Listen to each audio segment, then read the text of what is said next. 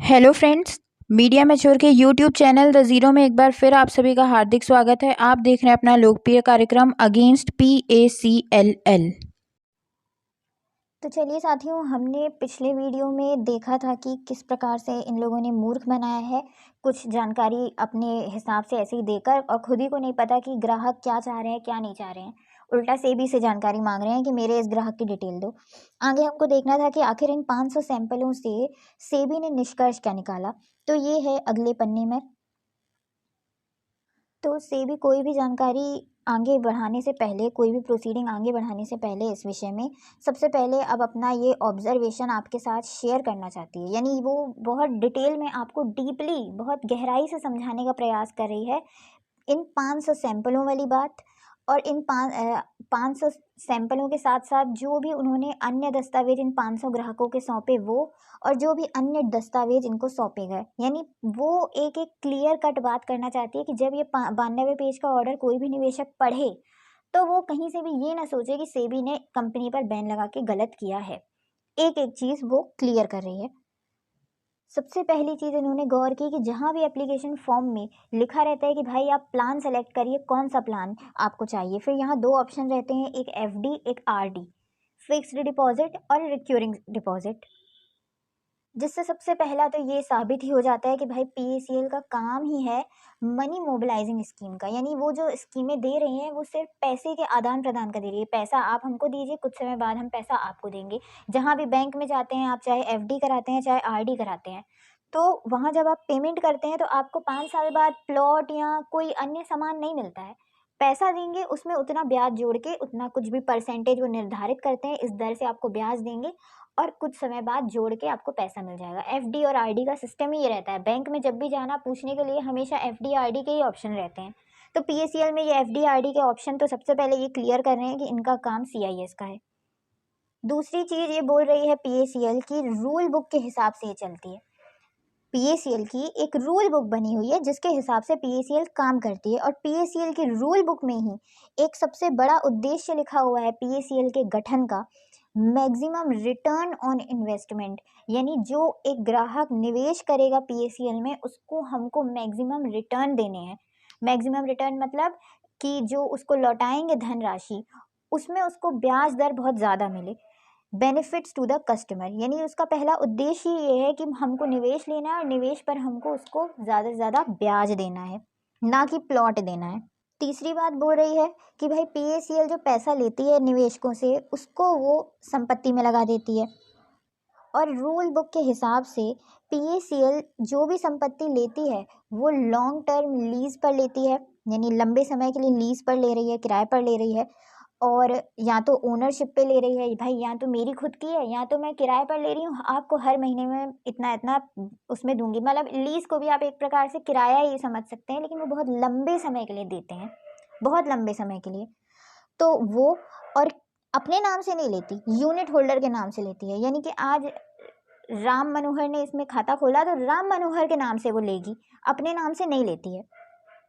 अब सेबी कह रही है कि भाई 1 मिनट के लिए अगर मैं मान भी लूं कि PACL का काम रियल एस्टेट का काम है, तो स्वाभाविक सी बात है जैसे ही कोई ग्राहक PACL में एप्लीकेशन लगाता है तो PACL को सबसे पहले अपने रिकॉर्ड में देखकर ग्राहक को बताना पड़ता है, बताना चाहिए कि लैंड की जो लोकेशन ये है, यहाँ पर है, और लैंड अवेलेबल है भी कि नहीं है। यानी इसमें सबसे बड़ी बात देखिए, इसमें पहली लाइन में ये कह रही है कि जब कोई यहाँ पर जाता है पैसा लेके तो ये पैसा ले लेते हैं, और पैसा लेने के बाद ये लोग लंबे समय के लिए लीज पर लेते हैं संपत्ति या खरीदते हैं उस ग्राहक के नाम पर, ठीक है। जबकि रियल एस्टेट के काम में पैसा लेके और खरीदा नहीं जाता है। रियल एस्टेट के काम में कंपनी के पास पहले से ही संपत्ति मौजूद रहती है, आप जा रहे हैं और कंपनी से वो संपत्ति खरीद रहे हैं। वो आपके पैसे, वो सबसे पहले आपको बताएगा कि मेरी इस शहर में यहाँ पर संपत्ति है, फिर ग्राहक से पूछेगा आपको कौन से शहर में दिलचस्पी है ज़्यादा, फिर उस शहर में मेरी इस एरिया में है। तो PACL के केस में तो ऐसा कुछ होता ही नहीं है। और सबसे बड़ी गलती कि भाई पैसा तो ग्राहक लेके आया आपके पास, ठीक है, आपने पैसा ले भी लिया, उसको बोला भी कि चलो मैं देखता हूँ संपत्ति में खरीदवाता हूँ तुमको, चलो वहां तक हम मान भी सकते हैं कि आपने चलो एग्रीमेंट करके लिखा पढ़ी करके ले लिया, बाद में आप नहीं ले पाए अगर संपत्ति उसकी पसंद की तो दे सकते हैं पैसा वापस। लेकिन आपने खुद ये बोला है कि आप जो है एप्लीकेशन के टाइम पर तो डिटेल देते नहीं हैं और उल्टा उसको एक लंबे समय के बाद डिटेल देते हैं, यानी जब उसकी मैच्योरिटी होने वाली है उसके कुछ समय के पहले आप उसको जानकारी दे रहे हैं अंत मौके पर कि मैं आपको यहाँ पर प्लॉट दे रहा हूँ।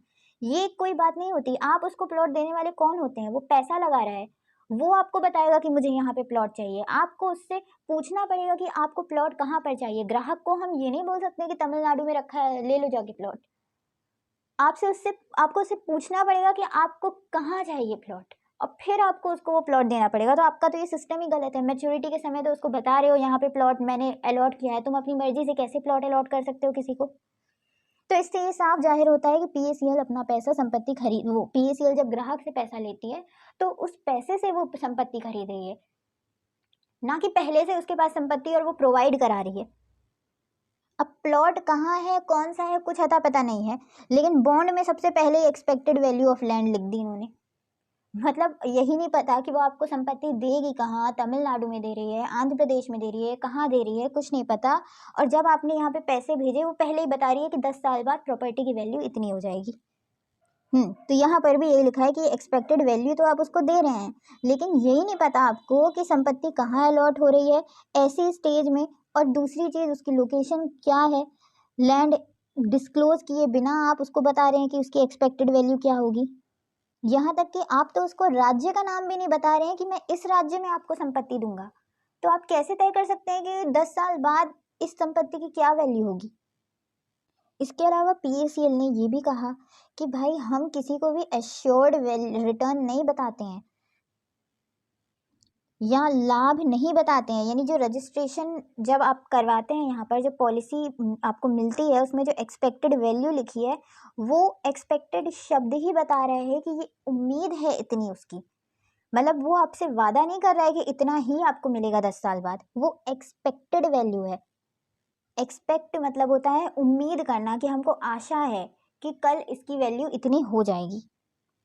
और वो इसलिए हम देते हैं कि भाई एक ग्राहक को पता हो तो वो उस संपत्ति को उतने दाम में किसी तीसरे व्यक्ति को भेज सकता है। ये पूरी एक मृग तृष्णा जैसी बातें हो रही हैं, जहाँ पे संपत्ति कहाँ है यही नहीं पता, संपत्ति की एक्सपेक्टेड वैल्यू भी निकल आई, संपत्ति किसी तीसरे व्यक्ति को जब ये बेचेगा तो इतने रुपए में बेचेगा ये भी बता दिया ग्राहक को, और ग्राहक को यही नहीं पता कि संपत्ति मिलनी किस राज्य में है। और यहाँ पर पीएसीएल एकदम कॉन्फिडेंटली बोल रही है कि भाई आज की तारीख तक जो भी इसने एक्सपेक्टेड वैल्यू लिख के दी है उससे कम कभी किसी ग्राहक को हासिल नहीं हुई। यानी अगर पीएसीएल ने बॉन्ड में लिखा है 50,000 मिलेगा आपको इस संपत्ति का 10 साल बाद, तो 49 नहीं मिलेगा, 50 मतलब 50। मतलब ये दावे से कह रही है पीएसीएल कि भाई हम जो उसमें वैल्यू लिख के देते हैं आज तक ग्राहक को उससे कम पैसा नहीं मिला वो संपत्ति बेचने पर। और पीएसीएल ने बताया कि भाई हम जो भी एक्सपेक्टेड वैल्यू देते हैं वो उस समय की देते हैं जब वो बंजर जमीन एक डेवलप्ड लैंड में कन्वर्ट हो जाएगी, यानी कि विकसित हो जाएगी वो ज़मीन। जब उसमें हम विकास के कार्य कर लेंगे, उसमें हम खेती बाड़ी कर चुके होंगे, ये उस समय की कीमत है। आज वो ज़मीन भले ही बंजर है। और जबकि एस्टिमेटेड वैल्यू का उसका कोई फॉर्मूला भी नहीं है ऐसा। सेबी बता रही है कि पीएसीएल ने बोला था कि जो वो एस्टिमेटेड वैल्यू निकालती है, यानी उम्मीद निकाल रही है कि आगे जाके भविष्य में इसकी वैल्यू ये होगी, कैसे निकाल रही है? डेवलपमेंट एक्टिविटीज़ के क्या क्या होंगी इस पर, मार्केट का क्या उसमें असर रहेगा, भाई क्या मार्केट वैल्यू रहेगी उस समय उसकी, प्राइस इन्फ्लेशन इंडेक्स कि भाई, और ये पास्ट एक्सपीरियंस ऑफ मैनेजमेंट, मतलब ये सब चीज़ें जो बदलती रहती हैं जिनका कुछ फॉर्मूला नहीं है। यानी जिस संपत्ति का आपको पता ही नहीं है कि किस राज्य में आप उसको संपत्ति देने वाले हैं, तो उस संपत्ति की मार्केट वैल्यू आप आज कैसे बता सकते हैं? उसमें क्या डेवलपमेंट होगी ये आप आज कैसे बता सकते हैं?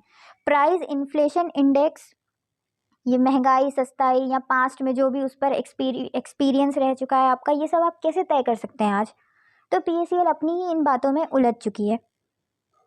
ये यहाँ पर लिख रही है सेबी की पीएसीएल ने कहा है कि यही सब चीज़ों से हम इसका दाम तय करते हैं, ऐसा कुछ अलग से ऐसा कोई फॉर्मूला नहीं है कि हम उसको कैलकुलेशन करके स्क्वायर फुट इतने गुणे इतने करके और बता दें कि हाँ इतनी वैल्यू है।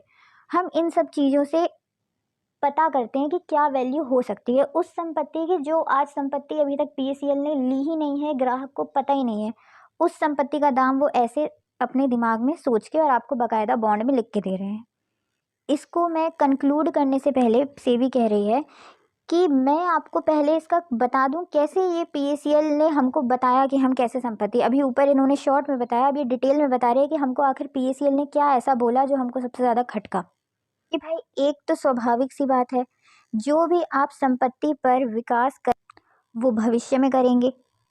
आज तो आप कर नहीं रहे हैं डेवलपमेंट, आज तो अभी अभी आपने पैसा लिया है ग्राहक से 600 रुपये की, आपने एक किश्त ली है 600 के मत्थे, तो आप उसको संपत्ति नहीं बता सकते हैं ना। अभी आप ज़मीन खरीद के फिर उसमें विकास करेंगे, अभी आपके पास नहीं है। और ना ही ये संभव है कि आप हर एक जगह वही उसी हिसाब से विकास कर सकें।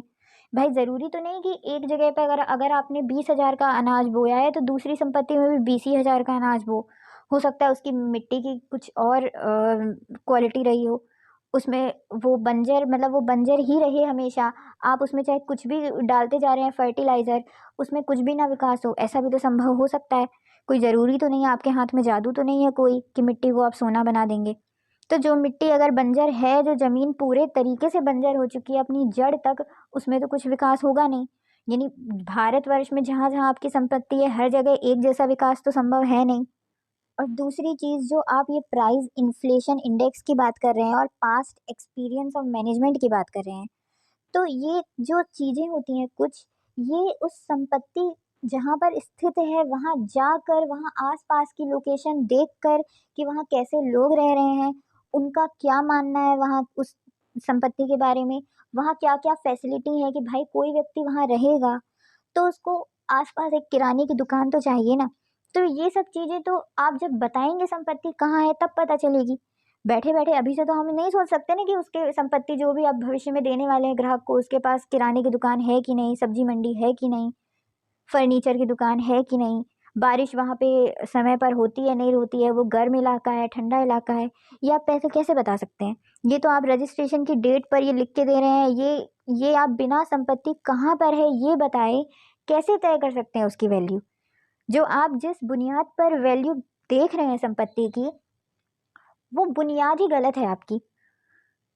स्वाभाविक सी बात है ना, एक संपत्ति की कीमत सिर्फ उसकी मिट्टी से नहीं होती है, उसके आसपास की लोकेशन से भी होती है।